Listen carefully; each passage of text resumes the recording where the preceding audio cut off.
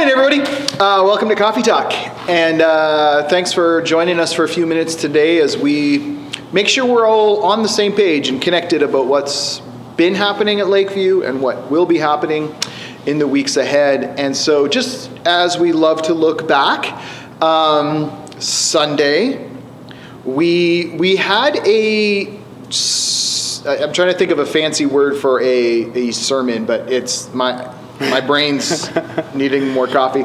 But in your sermon, Jeff, you challenged us with a lot of stuff. We probably could take this anyway. But I want to think about the transactions that that left you wanting. Okay? Like times when we've gone where something was advertised and then just not delivered. And I will say that what's first coming to mind is my kids love to, we go back every now and then, we watch some old Full House episodes, and there's one particular episode where one of the kids orders, saves up all the money, orders this action figure, and they expect it to be like too big to fit in the house, and this box comes, right? And the box is massive, it's like this and like this, right? It's a good sized box, and they open it up and it's all packing peanuts. That's it. It's all styrofoam packaging, and they're ripping it out. And then someone goes, "Hey, look at this orange one," and it's the little figure they were looking for, and they were expecting a figure, and they got a figurine. And I think that we often have times like that where what was promised is not what was delivered. Yes. And can you think of a time recently where something like that has happened for you? Oh, shoot. You said recently because... oh, sure. Whatever. Whenever in life. I mean... I'm sure I can think of a recent, but the one that came through my mind was because of what you just said with that illustration you gave. I had a similar experience as a kid where it was in the newspaper. I mean, we didn't have internet or I don't even think we had a computer at this time. And... this was back in the dinosaurs, So, anyways, it was this this hunting knife, and it was really cool, and I was like all excited, and I asked my parents, "Can I order this?" So back then you put your check in the mail, and you mail it off, and you're 6 to 8 weeks at least. 6 weeks goes by, nothing. 7 weeks, nothing. 8 weeks, nothing. I never got that package in the mail. So exactly that, like that. Well, it was very nice of you to order a nice knife for your postal worker. And it just never came. So that was really disappointing, and it kind of flawed me for ordering stuff for a long time because promises that don't deliver. Right. And how many of us have fallen into some kind of a scam or another? And I'm trying to think of one myself. It's easier to come up with a question sometimes than an actual answer to it, right? Yeah. Where I know one, like maybe now I'm just jaded, and I don't know if that's a helpful thing or not, but I remember one time, just a few months ago, someone phoned up and they're like, "Hey, we're so-and-so from," I can't remember where, "you've won this prize." And I'm like, "No, thank you." They're like, I'm like, "No." Like, I'm just like... you don't even listen. I'm just like, "No." They're like, "No, but it's all this money." I'm like, "Nah, I don't buy it." And I wonder if we've all been disappointed or where so often that we just don't... I might have won $10,000 that day for real, and I lost it because I did not believe the person on the phone. I'm just like, "Nope, this is a scam. Stop lying to me. I'm hanging up now." They're like, "But you give us your address and we'll..." No. And we've had those moments where, where we've been not just lied to, but like the expectation didn't deliver. And sometimes that's a place we go visit, right? Or I know there's been some movies where people have hyped up and I've gone and gone, not so big. That was okay. Oh yeah, I've had that. Yeah. Sometimes it's a person, I have all this hope in a person and all they're going to give to me, all I'm going to get from them, which, obviously I'm not loving that person, but, then I find out that they're not as good as I thought, or I really haven't been lied to a whole lot lately, but in my past I have, so I don't really have much faith in people often, Just the one person, just Jesus. No, but that's like that old saying, right? You don't meet your heroes, because where does that saying come from? Yeah. It comes from a whole lot of people who put a person on a pedestal, Yep. then met them and was like, yeah. that's it. Yep. That's the person. Which in some ways is comforting, because you're like, oh, okay, they're just like me. But in other ways, it's like, oh, but my hopes and dreams, you know. Yeah. So there's lots of times when you've been promised something and not delivered. Now that we start talking about it. Sorry. Yeah, no, exactly. Yeah. But just to, try and, okay, how does this connect to the passage? Yeah. Right? So there was the fig tree, and not to beat a wilted fig tree, but Poor thing. It promised food, not figs, and thank you for enlightening us with that. It promised food, but didn't deliver. Right. And I think what was going on though was the temple promised, right? It promised something it couldn't deliver, or was never meant to deliver. And I suppose maybe just remind us, or if we could, for those who missed the sermon, or the 30-second version of what is the new promise in that? Because we in a very short time, you took us from, old rituals are kind of gone, or the acts of religion are out, even hitting on prayer and all sorts of things. There's a lot in that passage. And what I'm trying to do is then take it into 21st century. Yeah. What are those, I guess, that you see acts of religion, so to speak, that people are still trying to do today to get God's attention and impress Him? No, that's really good. And I like how you started with transactions, promising and not delivering. Like we just briefly, like you said, 30 seconds. Hopefully I can do it in 30 seconds. There's no clock anywhere, so whatever. The temple. Now everybody's going to be watching their clocks. The temple was promising a place to meet with God, right? Yeah. A place to be right before God. And they were... The religious leaders had made this place corrupt because, as Jeremiah, that passage in Jeremiah talked about, they're going out and not living out a faith that is about love. They're manipulating. They're pushing aside the poor. They're ignoring the poor, or they're even stealing from the poor. They're doing all these things that are not out of love, and then they come into the temple and they go through their acts and think we're safe, we're okay. And he says this has become a den of robbers, meaning that this is where you go after you've done all your bad stuff to be safe, right? Yeah. And it's not delivering on a heart transformation. So then the disciples, they see the fig tree withered, which the fig tree was, as you said, an illustration of Jesus condemned the fig tree, he condemned the temple, because something new, and he was the new temple. And so then the disciples notice that, and he says, have faith in God. Yeah. Because people had been putting their faith in the temple and in what they can get out of the temple, right? And they can be safe before the temple. And he's like, no, your faith has to be in God, and I'm here, right? Like, put your faith in me. And then with your faith in me, you can ask for what you want and receive it, right? You can be forgiven, but you also need to forgive others, right? And so I think what you're getting at is the transaction thing.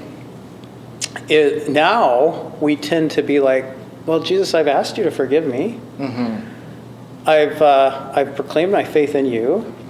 In fact, I help people, and I forgive people. Remember that person that did, and you. So what are you giving me? And if you think about it, okay, the transaction has just happened. It's different than the transaction they were going through. But you're still making transactions with God. Why are you not blessing me? Because I've done all this for you. Wait a second. Are you loving Jesus? Are you, Right. No, absolutely. Yeah. And I think, we could go back to the dawn of time and see there's always been something in human nature that thinks, okay, what do I need to do to get God on my side? Yeah. Right? Yeah. And I think even today, as followers of Jesus, it's pretty easy to go, okay, I said the prayer. Mm-hmm. Like you've said, I've forgiven the people. Yep. I've gone to church every day or every week. Mm-hmm. I've studied the Bible. And we start listing our works. It's kind of like the rich young ruler, right? Like, Jesus, I've obeyed the law. Yeah. What do I got to do here? Yep. And he's like, well, sell it all and then come follow me. Yep. And we want that first part. Just tell me what to do so I can get you on my side, so that, and then we name all our wants, right? So that my kids will be, healthy, so that I won't lose my job, right? The economy will turn better, so that my job is more stable, so that I can retire, and I want this and I want that. And none of that is promised except what? Jesus' presence. That he's going to be with us through it all. Through whatever we go through. Through whatever we go through, because the temple isn't where we go, it's Jesus with us. Yeah. So the promise is what? It's faithfulness. It's stay with me. And that there. I know that's hard because there's no assurance. It's not an easy. It's a different kind of assurance. There is assurance. It's a different kind of assurance, I guess. It's like you said it pretty good. You said, I want to know what to do so that I will have God's favor, or what did you say? So that I will be right with God, or something. Whatever. And it's that actually comes first. You are right with God. Yeah. You have all the blessings. Like read Ephesians 1 and 2, and you just see all the blessings that we have. Yeah, maybe we should have a sermon series on that. Yeah, maybe. Inside joke, we already did. Yeah, pull out the archives. Yeah. But we have all that. The problem is we don't like the other part that Jesus says. Yes. In this world you will have trouble. Yeah. But take heart, I have overcome the world. I have overcome the world. I am with you. We have his power to go through it. We just don't want to, and we're afraid of the unknown because we don't know it, but he does. Right. So yeah. Sorry. No, well, I think because Mark brings it back to the fig tree, right? It's really easy for us to look at the fig tree and go, okay, the fig tree is God's people. We want to be people who, right? We gotta put out the leaves, so to speak, right? So we do all that stuff, but I guess the real question is, does all that stuff deliver fruit? Does all that stuff deliver something that nourishes? Or are we going to be, withered up when Jesus comes and finds us? Because we can, the fig tree was doing its thing. It was putting out the leaves. It looked good from a distance. But Jesus sees us up close, right? Others can see all the stuff we do, right? The giving, the praying, the fasting, the serving, the whatever. But when Jesus comes inspecting the heart, what's he gonna see? And and so I guess then the question becomes: is it still about us trying to get God's favor, or is it about us saying, okay, God, make me the person who bears fruit? And I think that's where I'm being challenged personally so much is when I've started when I remember, when I feel like I need to do something. Yeah. I think about it and I say, God, help me to do this in love. Help me to help my heart to be loving in this, not just do it because I think I should, because I'm a pretty duty, driven person. Yeah. And I do a lot of things because I think I should. And I've been asking him, give me your heart, help me to love the way you do. And that, I think more and more as that's not something I can produce. I can't, it has to be coming to him and asking, and it's just a continual asking that he do that work, it's, we talked about this several times, and we talked about something else that you said, the transaction stuff back with the rich ruler too, that these themes keep coming up because Jesus knows we need to be reminded, but continual asking, break my heart for what breaks yours, do in me because it's him working it through. I was going somewhere and I forgot. So No, it's okay. I think just to wrap this up, for the sake of everyone, I mean, we'd love to give you these little glimpses, church, about kind of some of the conversations that go on around here, where we don't sit around talking around issues all day. Let's be clear about that. We have other things to do. But sometimes we can get talking about, we get talking about stuff at length because, well, we're all growing here. And I think if we can draw this to a close by noting, in some ways, I think it's easy to feel disappointed with God because we think that faith is still a transactionary thing where we give to God and we get what we think we should get. We think we should give this and we'll get, blessings by our definition. And it makes sense because that's the world we live in. We live in a transactional world, Right. and we're surrounded by it all day. Yeah. So we obviously are affected by that in our thinking and in our Absolutely. faith No, that's a good too. point, right? Yeah. Like we are somewhat conditioned to it, or that's human nature, so it conditioned our world to it. Yeah. Chicken or egg. Right. But I think where the thing is, there is, I think, not to just contradict everything we've said, there is somewhat of a transaction. We give to God our lives. The thing is, what He's offering isn't what we expect. Infinitely more. It's a change of heart. Yeah. And the real question, church, is, are we prepared for that? Yeah. Are we going to accept that? That, in fact, it could be argued, and has been for centuries, that He starts to change our heart, then we give, and then He changes more, and we give more, and we change more. And it's this, it's almost like breathing, Yeah. I wonder how many hundreds of people have used that metaphor over Yeah. the years to describe the Christian faith, right? Yeah. We breathe in, we breathe out, we breathe in, we breathe out. And so that's what we want to kind of leave you wrestling with today is when you take stock of what God has given you, do you see it for what it is? Or are you pushing against that because you want it to be on your terms? And that's, I think, something we all wrestle with in different seasons. The most seasoned veteran follower of Jesus, if they're honest, will say, yes, there's been times where we weren't ready to or willing to accept God's actual offer. Because that usually, more often than not, means we got to change something. But that's okay. He's with us in that. Not to make it light, but we're not alone in that. And wherever we are, He's with us, ready to move us forward. It's the direction we're headed, not feeling bad about where we've been or whatever. It's accepting that He's ready to move us forward, right? So Absolutely. Yeah. And moving forward, Yes. there's other things to talk about today because we also we're still celebrating what was a good AGM on Sunday night. Yeah. Now, Jeff, you don't have too many of these AGMs from Lakeview under your belt. I think this is my third one. Yeah. Yeah. Yep. Right. Yeah. So good. This was top 3. Right? You could say. Yeah. And any reflections for you just on what your thoughts about it? I just appreciate that that people were willing to ask questions. Yes. It's important to ask your questions, and I hope that nobody went away feeling like they wanted to ask more. And if you did, feel free to come and ask. But it's a place to do that, and it was a place where those questions were accepted and discussed. Not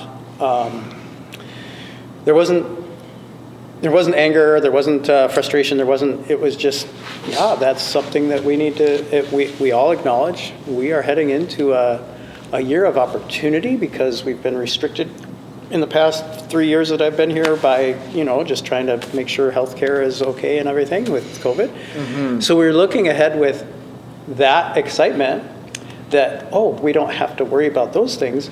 But we're also looking ahead with, oh my goodness, everything costs so much more. Inflation has gone up, and we're still seeing that stuff. And so how do we be good stewards? And so we have a challenge but we have opportunity, and isn't that kind of life? But, Absolutely. So, but it was good. It was like we're going to tackle this the best we can, and we're going to be together, and we're a family, and we work together, and God's got it, right? So, absolutely. Yeah. I think one of the best moments for me of the meeting was actually something that Ron Johnston brought to my attention, right? Afterwards. We were just kind of, because we were hanging out afterwards. In previous AGMs, we've had, because they've been more in the evening, we've invited people to come early, and we have coffee together. We have streets, whatever. This year, that kind of happened more afterwards. And we just had a business meeting where people asked questions, others offered answers, and then afterwards, nobody was in a hurry to go. yeah, Right? yeah. That's true. People hung out, people shared a cup of coffee, ate some Timbits, and Ron came up to me, he's like, when have you, he didn't quite ask it like a question like this, I'm not quoting him directly, but he essentially said, like, look around, like, isn't this beautiful? Like, look at, like, how often are you part of a group that can take care of business like we did, and nobody's leaving, not that we noticed anyways, in anger. Right. No one left quickly. We stuck around, we hung out, we fellowshipped, and then we, and we continue life. Yeah. And I'm glad he kind of pointed that out, because we were all in the middle of it, but sometimes in those moments you don't step back and go, wow, that was really cool. Yeah. And I think that was one of the beautiful things about church life. I have been part of, churches in the past where, sometimes AGMs are like that. Yeah. Sometimes you walk away afterwards and you're like, that's great. I've been part of church staffs where afterwards, after the AGM, the staff has to kind of go have coffee together at a pastor's house and go, are you okay? Yeah. Are you okay? Yeah. Are you okay? Right. I have never had that experience at Lakeview. Yeah. And that's something Lakeview we should be celebrating. Not to like hype you guys up, but we feel loved, and that's awesome. So thank you, Lakeview, for that. Right? And so that was the mood of it, and it was great. Yeah. And it would have been really weird if we just had a business meeting, and nobody asked questions. Yeah, yeah. I know I joked with some people before, I'm like, it's sort of like class. Like sometimes in college, when the teacher's like, okay, hey, we might have you out of here early today, and you all look around the room like, don't you dare ask a question, right? We want to go early. Yeah. And, it's like Friday afternoon, they're like, yeah, maybe we'll go early. I was like, and you just know there's always that one person, and they just get the stare down from everyone. Big question, yep. But that's not the environment for our AGM either. We love it that you guys brought questions, and a lot of people picked up the annual report. Yes. Some of you picked it up, looked at it, and put it back down. That's fine. But if you missed getting one, for the next few weeks, there will be a stack on the counter in the foyer. Yep. And we invite you to come by and pick one up. So whether you're in here for life group meeting or Sunday morning worship or whatever it is, if many members of our congregation who oversee ministries have written kind of a synopsis of the last year's ministry, and with little peeks ahead of it's so hard to anticipate what's going to happen, but some of our goals and priorities and what we're about, and all of that's in there, along with the budget that we passed. And, who, like lists of officers, like who are the deacons? Sometimes it can be easy to forget, right? Who's the board member? Who actually oversees this ministry? All of that's in there, and it's worth having, right? It's a public document, and it's open for anyone, even if you're not a member, but you're like, I care about Lakeview. I'd love to know what's going on. You can swing by and pick one of those up for the next few weeks. Probably, we don't leave them out forever. Come the end of March, or come the beginning of March, they'll be gone. But for the next few weeks, you can grab one when you're in. You, just thinking, looking back, you and some youth went somewhere on Saturday. I just want to hear a little bit about that. Well, we just went up to Big White for the afternoon. And it's Big White's a fun spot. I mean, we're fortunate, to live in a part of the world where ski hills are accessible. Yeah. And not all of our group skis or snowboards. but but we went tubing, and those who want went skating, and those are the kind of winter activities that are pretty easy to get into, and so we tend towards that kind of stuff. Plus, they're they're not cheap, but they're still a lot cheaper than a day of skiing and snowboarding, right? So, we talk about trying to do as much as you can with, available funds. So anyways, it was just a great afternoon. It was a fun drive up. It's great to spend time together as a group. It's just, fun to, some of the just chats about life in the car on the drive up. You've got almost 3 hours of driving time together. Yeah. Because I know Big White seems really close, and it is, relatively speaking. It still takes between an hour and a half, depending on traffic, to get up there. Yeah. And road conditions and all that. So, it was a great day. It was always fun to hang out and be outside. Really, fresh air is such a gift because the smoky summer's coming. But anyways, hopefully not like last summer. Well, you never know, right? Anyways, it was a great afternoon, and we always look forward to more of those. Yeah. Well, and speaking of more of. We have one more thing to we've been telling you, but we want you to know, we may still be able to get tickets. We set the deadline for the Faith Night Warriors hockey night with the families and stuff. The deadline was Sunday, but we may still be able to get some more tickets. We think we probably can. So if you forgot, or if you didn't bring your money, or didn't tell us for some reason, call in, email in, bring it in. We might still be able to get you even. I don't know. I don't know for how long. Right. Exactly. So. As soon as possible, let us know, and we'll see what we can do. Mm-hmm. And we got quite a good. It's a good group. It's going to be fun. It's going to be a fun night. It's going to be great. Mm-hmm. It's I don't know. I enjoy getting together with the other pastors when we go out on the ice. Fun. Yeah. It's fun. I'm getting old. One day I'm going to break my hip. No, it's all good. It's great. You know what? Every time you're like, I hope I don't fall. I just know that we get together every now and then as pastors, and you always have those moments where you look around the circle. Are you going to be there? Are you going to be there? Are you going to be there? Like who? And I think what's beautiful about it, and this is why we do it. It's a peek at actually a relationship that. It's been ongoing for a while. I think that's why Don does it. Yeah. I was asked this week, how does this benefit the chaplaincy program? Because that's what it is, right? We